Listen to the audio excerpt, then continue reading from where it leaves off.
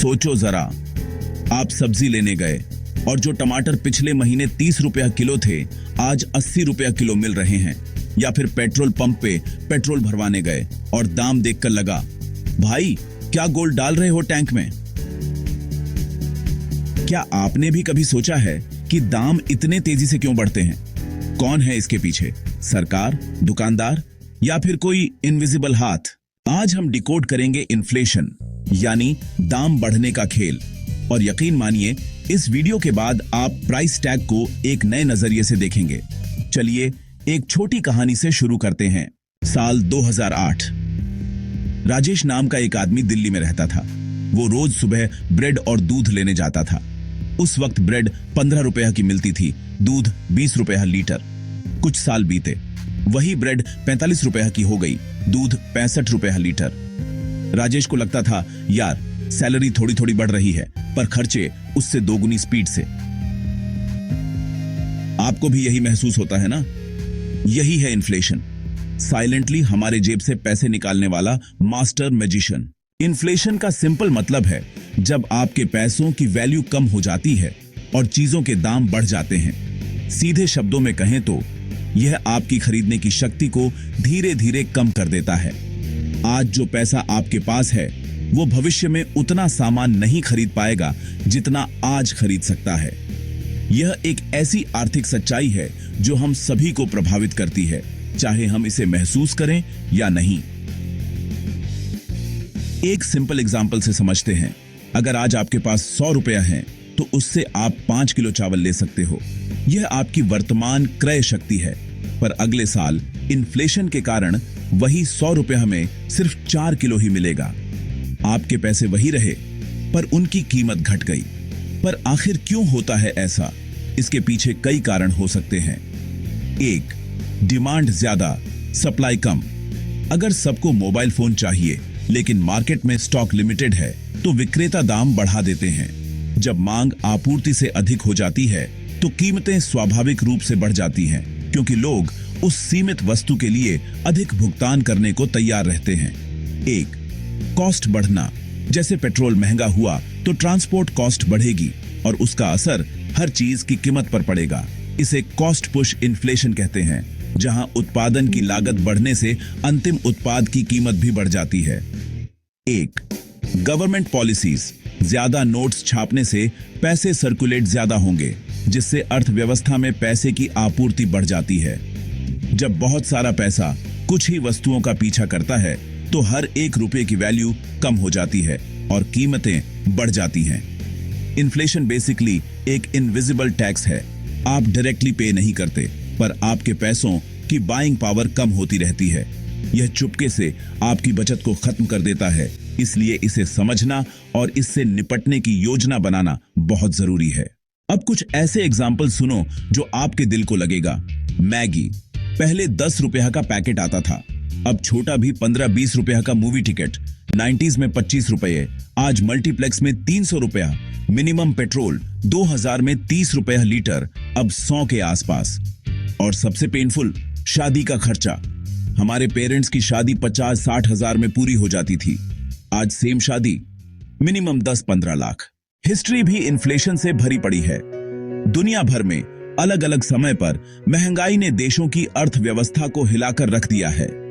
यह कोई नई समस्या नहीं है, बल्कि सदियों से चली आ रही एक आर्थिक सच्चाई है, जिसके निशान हमें इतिहास के पन्नों में साफ दिखाई देते हैं। जर्मनी में 1920s में हाइपर इन्फ्लेशन हुआ था। हालत इतनी खराब हो गई थी कि पैसे की कीमत कागज से भी कम हो गई थी। लोग ब्रेड खरीदने के लिए पैसे की गड्डियां व्हील बैरो में भरकर ले जाते थे। कल्पना कीजिए, एक छोटी सी चीज के लिए इतना सारा पैसा। जिम्बाब्वे में तो हालत यह थी कि 1 लोफ ऑफ ब्रेड होश 10 लाख जिम्बाब्वे डॉलर्स। वहां की सरकार को $100 ट्रिलियन का नोट तक छापना पड़ा था, जो इतिहास का सबसे बड़ा नोट है। यह सुनकर लगता है जोक है, लेकिन सच में लोगों की जिंदगी बर्बाद हो गई थी। उनकी पूरी जिंदगी की बचत रातों रात खत्म हो गई और भविष्य अनिश्चितता में डूब गया। यह एक आर्थिक आपदा थी जिसने परिवारों को तोड़ दिया। इंडिया में भी 1970s और 80s में इन्फ्लेशन हाई था। उस टाइम पे एक छोटी सैलरी में पूरा घर चल जाता था। पर तेल और जरूरी चीजों के दाम अचानक डबल हो गए और मिडिल क्लास की हालत टाइट हो गई। परिवारों को अपने खर्चों में भारी कटौती करनी पड़ी। तो इन्फ्लेशन सिर्फ इकोनॉमिक्स का टॉपिक नहीं है, यह लोगों की कहानी बदल देता है। यह हमारी बचत, हमारे सपने और हमारे भविष्य पर सीधा असर डालता है, जिससे हर आम इंसान की जिंदगी की दिशा बदल सकती है। अब जरा कैटेगरीज भी समझ लो। क्रीपिंग इन्फ्लेशन, स्लो और मैनेजेबल जैसे 2-3% हर साल। वॉकिंग इन्फ्लेशन, थोड़ा तेज जैसे 5-10%। Running inflation, dangerous zone, double digit price rise. Hyper inflation, जब दाम इतनी स्पीड से बढ़ते हैं कि लोग खाना भी अफोर्ड नहीं कर पाते। इंडिया अभी मोस्टली वॉकिंग इन्फ्लेशन जोन में है, यानी मैनेजेबल, पर पिंच तो होता ही है। तो अब सवाल, इसमें से बचें कैसे? स्मार्ट सेविंग्स, सिर्फ पैसे बैंक में मत रखो, इन्वेस्ट करो। Fixed deposit, mutual funds, stocks, यह इन्फ्लेशन से तेज ग्रो करते हैं। बजटिंग, हर महीने खर्च ट्रैक करो, छोटी छोटी लीकेजेस ही जेब एम्प्टी करती हैं। स्किल ग्रोथ, जितनी तेजी से स्किल सीखोगे उतनी जल्दी सैलरी बढ़ेगी।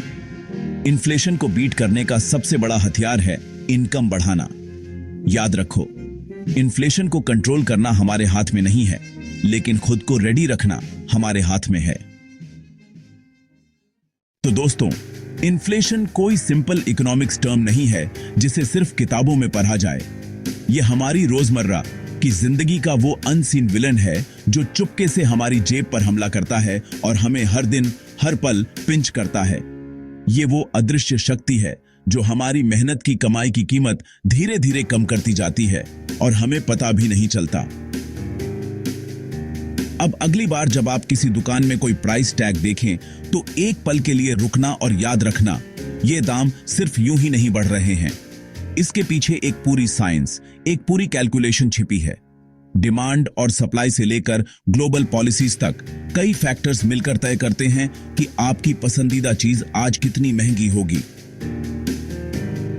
उम्मीद है इस वीडियो ने आपके ब्रेन में इन्फ्लेशन को लेकर थोड़ा सा भी क्लैरिटी लाया हो और आपको एम्पावर्ड महसूस कराया हो। अगर हां, तो अपना सपोर्ट दिखाइए। इस वीडियो को हिट लाइक करें, नीचे कमेंट करो नो मोर एम्प्टी पॉकेट्स, ताकि हमें पता चले कि आप हमारे साथ हैं। और हां, फ्यूचर में ऐसे ही इंसाइटफुल कंटेंट के लिए सब्सक्राइब करना मत भूलना।